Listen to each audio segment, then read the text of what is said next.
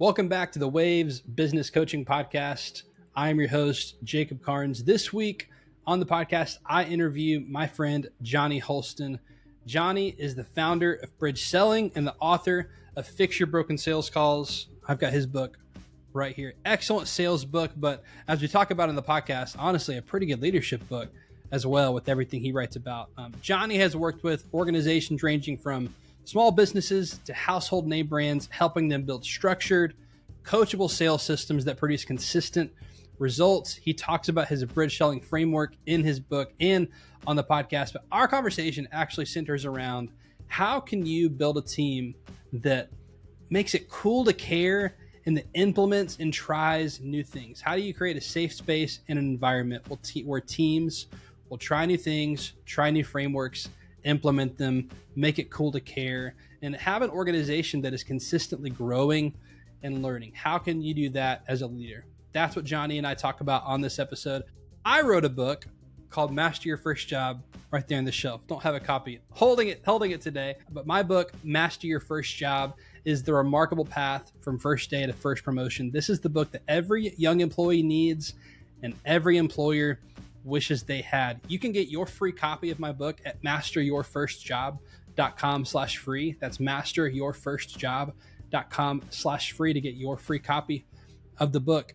Let's dive into my conversation with Jonny Holsten. Thank you so much for being on the Waves Business Coaching Podcast. I'd love for you to share a little bit about you and your story. Jacob, thank you for having me. Thrilled to be here. Excited we finally got this scheduled. For those of you who don't know me, my name's Jonny Holsten. I'm a sales trainer, run a sales training firm called Bridge Selling, wrote a book about sales training and sales strategy. And I've known Jacob for a bit here and thrilled to have this chat. Yeah, man, you're an author. I've got your book here. Any friends that that write a book, I'm like, I will be the first person to pre-order and buy. I even had to get the hardcover before it went off of Amazon. So a rare copy of your book, which put that in very, your safe. Very grateful for. That's right. I do want to say, Jacob, I do have to call you out, or not call you out, give you the shout out officially on your podcast. I know I've said it offline, but you were the first person who told me to write the book. We were doing a virtual catch up, coffee chit chat, probably like a year and a half ago, or maybe a little bit less. And you were like, "Hey, you've got everything you need to write a book." And I was inspired by your writing of your book. And so, we owe a lot to you. And thanks for spending 3 months' wages on the hard copy. I pulled it down because I felt like the price point Amazon made us put on it was a little too high. So you've got the rare one. Well, I'm glad I have it. And I'm glad you wrote the book because I know it's going to help a lot of people. I mean, I've used some of the principles for my own selling, which we can get to. I do want to know, you mentioned my book, which is, I usually move it, but right there on the shelf, Master Your First Job. What was your first job, Jonny? My first job was mowing lawns in my neighborhood, like a lot of, I feel like, young boys in the suburbs. Yeah. But my first non-entrepreneurial job was grocery bagging at the supermarket in the neighborhood. So, that was the first job I took.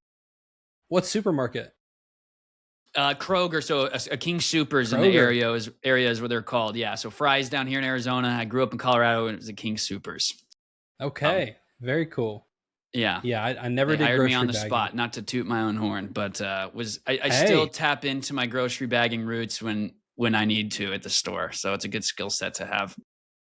I mean, you go to Costco and they don't bag it for you. So you got to figure out how to get it in your own bags or in a box or in your trunk. So I'm sure that comes in handy. Yeah. That's great. Jonny, you wrote an amazing sales book, but as I read it, I saw a lot of stuff that I think resonates with this audience and any audience about like leadership, culture.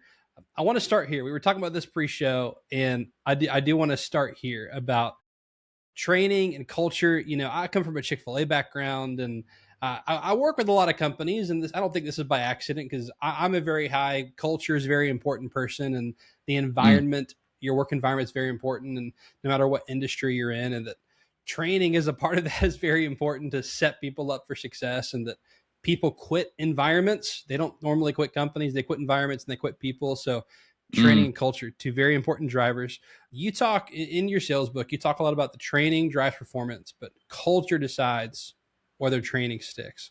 What does it look like to build a culture where learning is expected and not resisted? I think I've seen this unfold in a few different ways. Like the training itself it is just what it is. And some companies have phenomenal training, some and a horrible culture.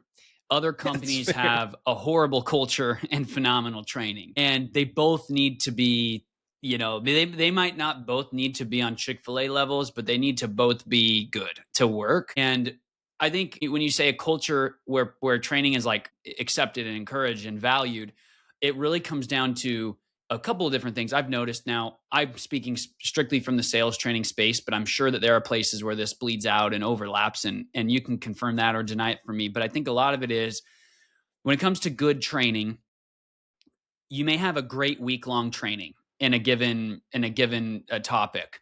That might be a new hire training. If you're a salesperson, you might have a killer new hire sales training. You might even fly to corporate headquarters and do something special with a group of people in a fancy office. And then when you get home or then you get back to your location, none of that is continued or ongoing.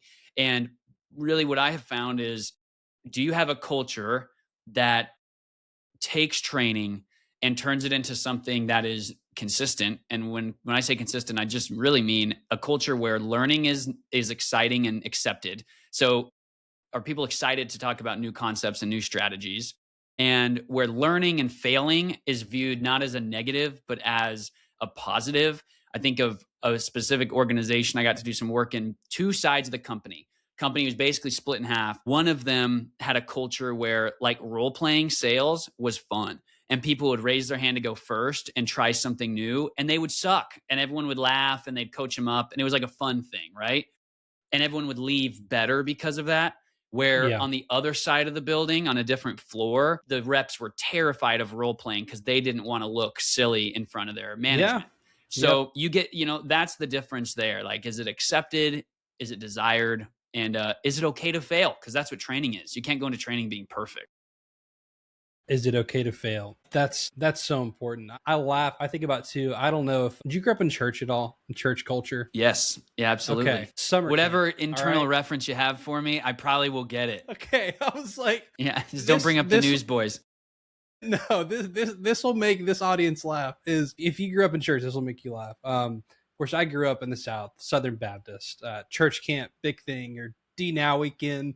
I'm just like these. You talk about training experience, these big events, and it's like, yes, I'm gonna go back to school and like evangelize to all my friends, and then school comes back around, and school year comes back around, and no one has changed. Like it's right back to the same rhythms. But you're right. That's the spiritual high wears off, and I mean, it's exactly what happens. And I laugh because I worked for Chick-fil-A, and let's be real, there's a lot of overlap between church culture and Chick-fil-A culture. It's there. But I feel like it's not just Chick-fil-A. It's other companies. You go to a big conference, or you put on a vision weekend or something for your company, or you go to a big sales training and it's fun and it's offsite and it's just an amazing experience. And you come back to the office on Monday and absolutely nothing has changed. That was really cool. Yeah. We took good notes. And I mean, I talked to a guy this week. I was like, he went to some conference thing. I was like, how was it? Amazing. Who was your favorite speaker? This person. I was like, all right, what are we going to change next week? I don't know. It was fun though. It's like, okay, that was a waste of time and money then, just to go and have a little bit of fun. How do you then, and we can riff on this a little bit. I'm a training nerd. So I'm like anything in implementation and making it work. So I think having a great experience is still important, of making it fun on the front end, making it memorable. It is making it a good training experience. But then the back end, the implementation, how have you seen, like with sales, how is that done well? Is it repeated training? Is it accountability on the back end? Like how does that implementation work on the back end? There's a few elements to it. I think one of the main reasons that training doesn't stick is one of two things. One, it's not relevant. It's not like actually relevant to the day-to-day life. There's the first part. The second part is it's not prioritized after the training. And so how that might look in a sales capacity, which you can translate this into a non-sales thing. And for anyone listening, like you probably can see parallels here, is if I go in as a sales trainer and I try to teach a SaaS company how to sell, but I'm using the same exact techniques as a car dealership, that doesn't work. And so even if I know how to control the room and have fun and get people laughing and perform my way to an awesome training, they're going to leave there saying that didn't resonate, that didn't fit with what I sell. And so that's the first part, is like, before I'm willing to train on concepts that are generic in general. And I will say, to the team, it's on you to figure out how this applies. I'm here to teach you a concept and we're going to talk about how to make it fit. But if we're doing a formal, like, new hire training or a big rollout, the first step is translating whatever frameworks I might teach into a language that strictly follows what reality is like for that sales team, because they should leave that training feeling like they can instantly use it on their next week of work because it was realistic. And I do find a lot of training doesn't land there because it's just not realistic. And if it is realistic, then leaders don't save space for continued training. And so you atrophy and you lose sharpness, just like sports. Ask any sports team how often they're practicing. Anyone who's gotten good, practicing a lot. So it just has to stay a cadence after the initial learnings. So I want to talk about coaching then, because I think coaching plays an important role. And a stat you had in the book is that 94% of sales leaders say that coaching is a part of their process, but only 21% of reps say that coaching they receive is actually effective. What's the cause of that gap? Well, I think, and actually, unfortunately, we found more studies after writing the book that says it's as low as like 10% of people. So you've got even worse. A seller. Yeah, it's even worse. The news is even worse. You sit in a situation where really practically what it looks like is you have a coach or manager with dozens of sellers and hundreds of calls that you can't listen to or absorb or process. And so really what ends up happening is either something goes horribly wrong or something goes incredibly awesome. And those two outliers become the basis of a training program. Oh, this, silly head on the team did this really silly head thing. And now we're going to train on it for 3 weeks. And now you've got 90% of your team is saying, I've never made that mistake. I never will make that mistake. This doesn't apply to me. Yeah. Or it's, hey, look at this brilliant thing our top performer did one time in the hottest lead that fell right in their lap. Now let's all practice it. You get the same thing where it's like, it's good to know these things. It's good to be aware of them, but the best training to make it stick, and this is where you get 95% of sales leaders know they should coach and train, but their training is it's not based on trends. It's based on the one-off win or the one-off disaster.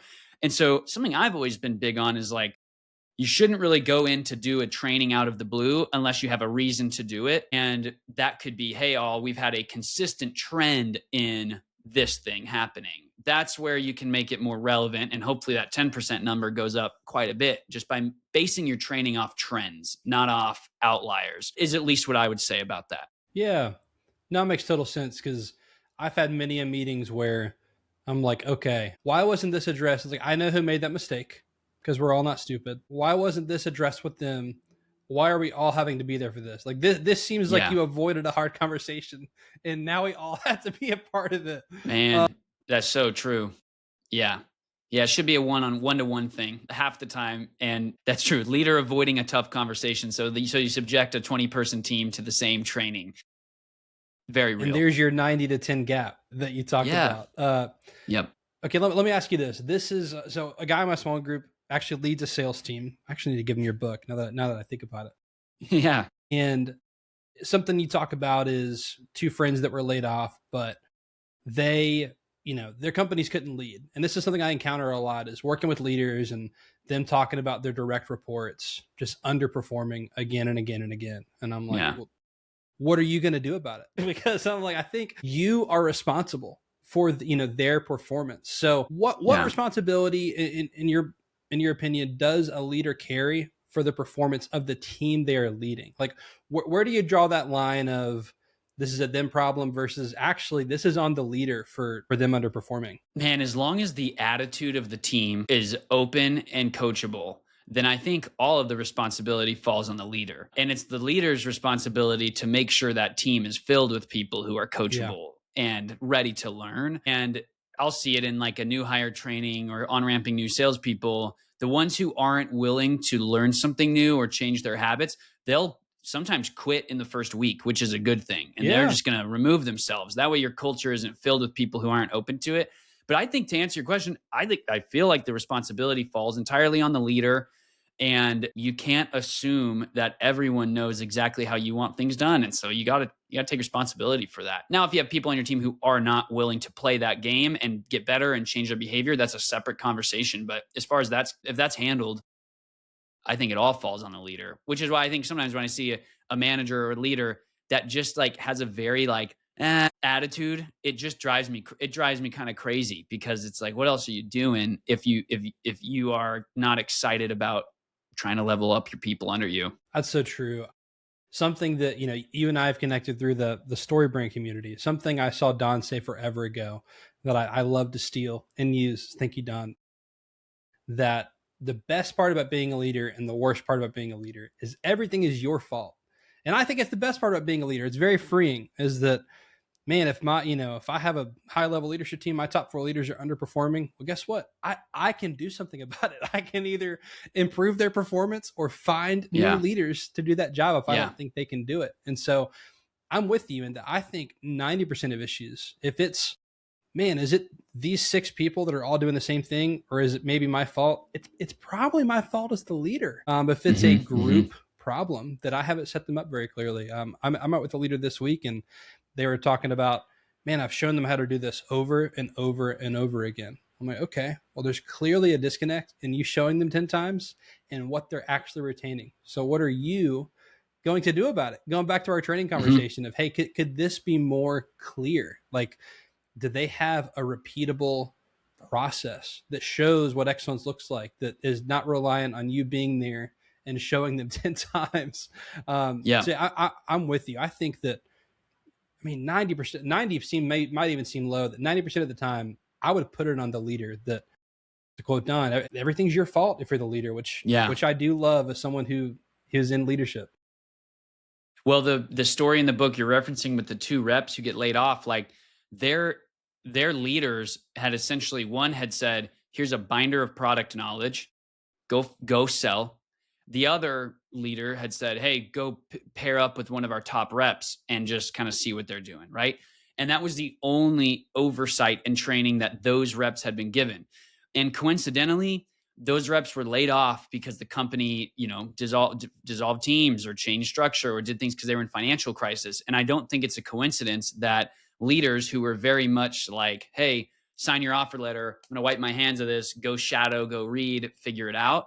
There's no coincidence that those are the teams and those are the companies that are struggling and not winning. And it's because it's, sure, they have a broken sales process and whatever, but it's the leaders aren't taking ownership of how to fix those things on a talent level. So I think what you're saying lines up perfectly with what I've seen too. And one thing you mentioned is a minute ago is that it's on the leader to make sure you've hired the right people to get them there. And that's right. If you do it in the right order of, we have a clear hiring process of not hiring the same exact person, but there have to be cornerstones we're looking for in these people that are coachable, right? That are adaptable, that can try and learn new things. Like, that's not you're not putting someone in a box of a personality type there. It's just, hey, are you coachable? I can work with that. And if you're hiring the right people and you're confident in your hiring process, which I would check on that if you're a business and making sure you're getting the right people on your team, then absolutely. Then I take responsibility as a leader and say, okay, I know they're good people. So if they're messing up, what can I do to help, to help grow them, to help get them to our goals, to, in your case, to get to a certain sales quota, to close more deals. It's on the leader, man. I feel like I could talk about this for 45 minutes.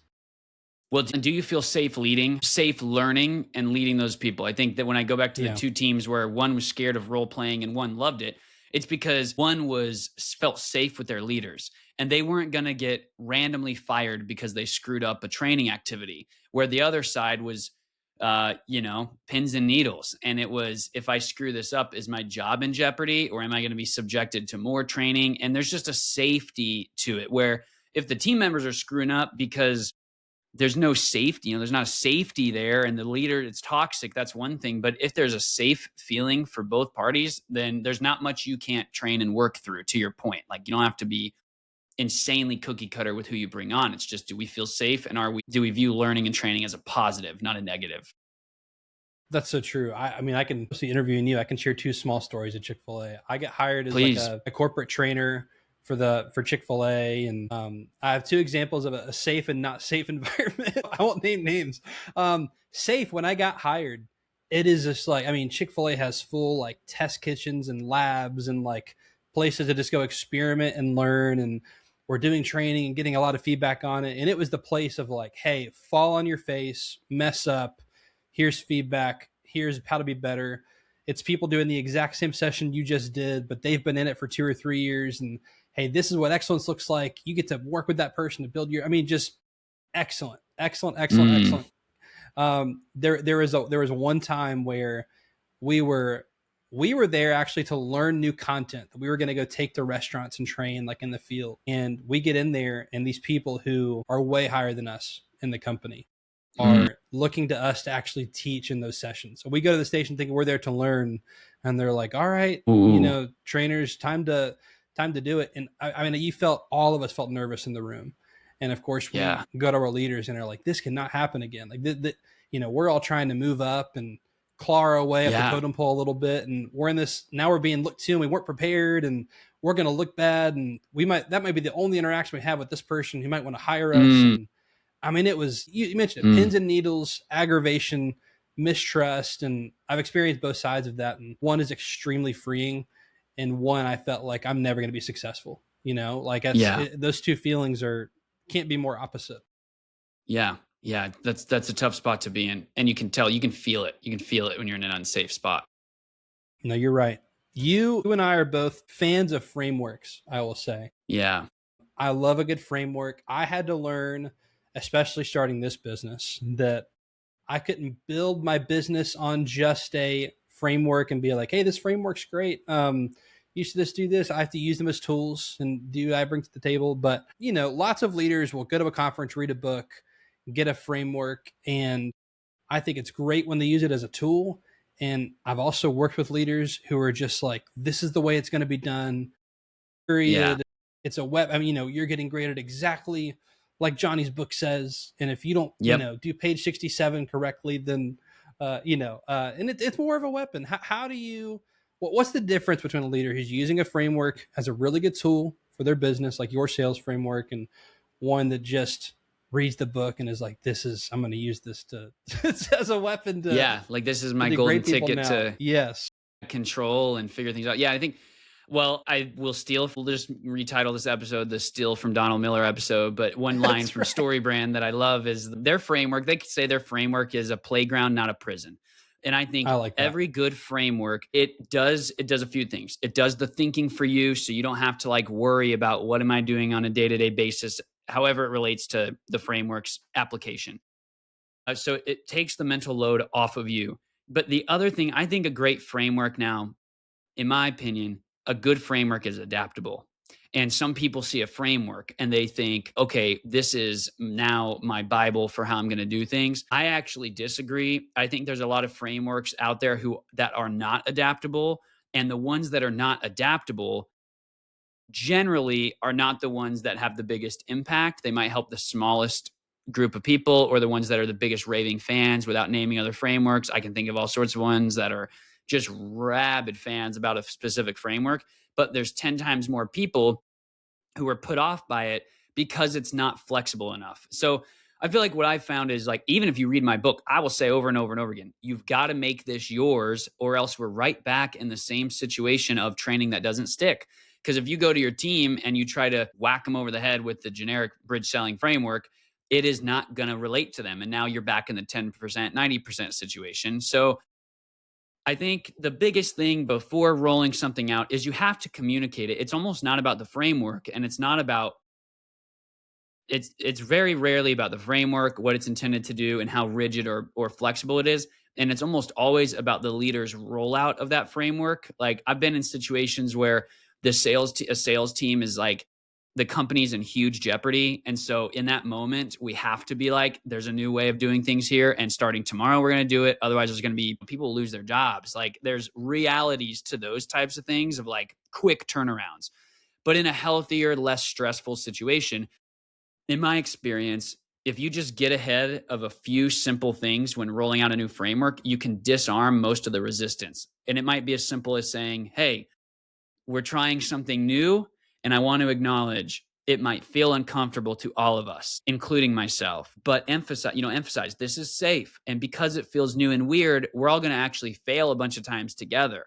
The first time we try it, it's going to feel like this. The second time, it's going to feel a little better. And my goal is a month from now, we all enjoy it, right? Like even just lowering the temperature there, saying things like, we don't expect you to learn this perfectly in one day. This is a process. Like, I think a lot of the negative connotations from frameworks happens when someone comes in and they don't get ahead of those nuances. So hopefully those are a few things that'll help the listener think through, like whether you're applying a framework in my book or any other framework. I think those bullet points I just laid out there, like, and I say that from experience because when I've gotten called into situations where like I'm there to install a framework, I get excited about frameworks because I love them and they're my thing. I don't always consider in the past, I haven't always considered the impact of the other person that is having to now learn something new. And so I say that from experience. Like when it's not gone well, it's because I've skipped those few things. And when it's gone great, it's because those few things are said early and often. And that's what creates safety. Safety, trust. I'm like, you're having to build trust, right? This is a safe space. I think I've started following Formula One since Drive to Survive, and something they do is like testing before the season. And they basically, teams just go to the track and it's like hours of just free track time. And their goal, honestly, is to break the car. They want to like push it to its limits and just figure out, okay, what can and can't we do? What can the car handle? What can it not handle? And, you know, drivers will spin or the car will break down. They're like, hey, that was our goal. We wanted to see what this car could and couldn't do in testing. Love that. That's their safe space because they want to know what they can and can't do when they get into the race. Is like, hey, what about this car works? What about this car doesn't? What's going to get us to the finish line on a real race? So we're okay if we break down on testing day because we're not going to break down in the race. And I think with installing a new framework, it's the same thing. If, hey, this is, I would almost say, hey, I want, you know, this is new. I'm learning too. I want you to find what's wrong with it, poke holes in it, bring it to me. But my only ask is that we try it and we try to use it. Yeah, love it. But poke holes in it, find the gaps, find what's wrong with it. How can we change it? How can we adapt it? And like you say, creating that safety. I want to come full circle here. You and I both start our book in similar ways. You talked about your first job being lawn mowing. The second sentence of my book is when I was 16 years old. Your first sentence is when I was 11 years old. So we start very similarly. There you go. Take me back. You're 11 years old. You're knocking on the door to sell lawn mowing services. You're terrified. I'd be terrified right now. Yeah. What did that teach you about yourself then? What does it teach you about yourself now? And how does it still show up and how you work today? Well, I think, you know, that was a fun season of my life because I think because I was cute at 11 years old is helpful. Like a cute 11-year-old kid door knocking. I have some kids in my neighborhood who door knock, and the answer is yes, like no matter what they're selling, for the most part. That's sweet. And so I think that was a good learning experience for me where it's like, not everyone is out there. Like not everyone's out there to like yell no and slam the door on your face. So that was a good warm up. But at the same time, it's terrifying. And like, I remember just the relief of when someone wouldn't answer the door because I knew there was no rejection on the other side. And so it still manifests where sometimes it's like, man, like sometimes a deal will end in a proposal phase or someone will no show a call. And there's still a little bit of that where it's like, hey, well, you know, that's better than rejection, but that's a lie. Like I'm here to say that is a lie because just like we talk about breaking a framework, the more no's, the more that doesn't work for us, the more you're not hitting the real challenge here. All that does is make you better. And so over the years, I've gotten better at that.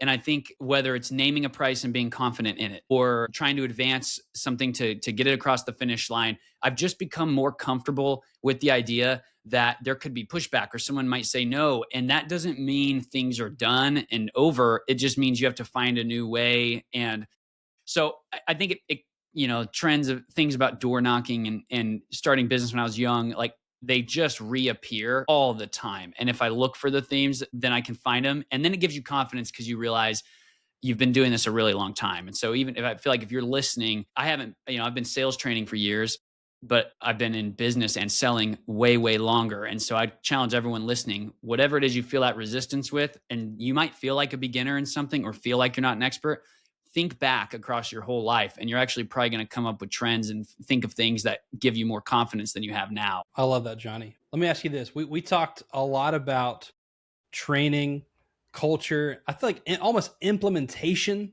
of new ideas into a business. And while your book is a sales book, I mean, I would say there's plenty of leadership stuff in it that could be qualified as a leadership book as well. That's great. What would one takeaway you'd want people to have from this episode? Can I combine it into two? Please. Okay. I'm going to pick two from the final chapter in the book. I wrote about a few things, and I hate to be look back at my book guy, but there are two convictions I wrote about at the end of the book. There's 5 of them, but 2 of them that I think I always want people to take away. One is spiritual and one is kind of cultural. The first takeaway is it's cool. I think it's cool to care. And when we talk about frameworks and being excellent and being good at stuff, oftentimes, specifically in sales, you just get a too cool for school attitude where people don't think it's cool to learn and be great. And they'd rather just keep it chill and cool. And I think it's very cool to care. Nothing is more exciting to me than when a salesperson geeks out over a new framework or hyper analyzes what they're doing, because it means they care. So the first is, I think it's really cool to care. And I think that the business case for caring is absolutely there. And so if there's a culture of not really caring about little things in your company, you could have some gaps and some leaks you want to look at. And the other is, I'll take it in this angle just because I know we've got a faith background and we've got that commonality, and probably a lot of listeners do. But the second one I want to talk about is a lady named Dorothy Sayers, and she wrote a lot about work. She wrote about work and just philosophy and theology. And one thing she always says is, she wrote about was the idea of the Christian carpenter. And I think whether you're a Christian or whatever your faith is, the Christian carpenter, we often think of that company that puts the plumbing company that puts a cross on their logo, or someone that's like Philippians 4:13, something design or whatever, which is all great, by the way. That's completely fine. Yeah. But her take on it is, the Christian carpenter the way we should be able to tell someone is different in their work is not because they don't drink or because they put a special logo in their vehicle. It's because they do really good work. And in her case, the Christian carpenter, they make really good tables. And so that's something I write about in the book, because I think those two things go hand in hand, which is it's cool to care, and making good tables, doing really good work is just for the sake of doing it, because I think it sends a message to the world about who we are and what we do. Those are the big takeaways amongst all the great leadership stuff we've been over as well. That is quite a way to close. It is something I feel very passionately about. Jonny, I've told friends I wish more churches would talk about this, of that, hey, some people aren't called to a vocational ministry and full-time ministry, but hey, some of us are just doing jobs, and one of the best things we can do is be the best employee, to do the best work we can, to have a personal standard of excellence. And man, I'd love to know I'd love to know how good the products Jesus made were. Was he the best? Was he the best of his craft up in Nazareth? That'd be fun to find out. Had to be close. Had to be close. Jonny, I've got your book. Where can people get their copy of Fix Your Broken Sales Calls, or work with you or connect with you in bridge selling? Yep, bridgeselling.com. You can get a download a free copy of the book there. You can also find a link to get it on Amazon. So bridgeselling.com. And if you want to learn more about the work we do with businesses, we do sales playbooks, sales training, help you get clear on all those great things. And you can learn about it in the book. And bridgeselling.com is the hub for all things me and bridge selling. I love it. Hey, there's a free download of the book, but I will say go buy it on Amazon. It's not expensive. If you do anything with sales, I'll say anything with sales, I think there is something in the book that you can take away and use for your business. So I can say that confidently after going through it. So yes, he's offering it for free, but go buy the book on Amazon.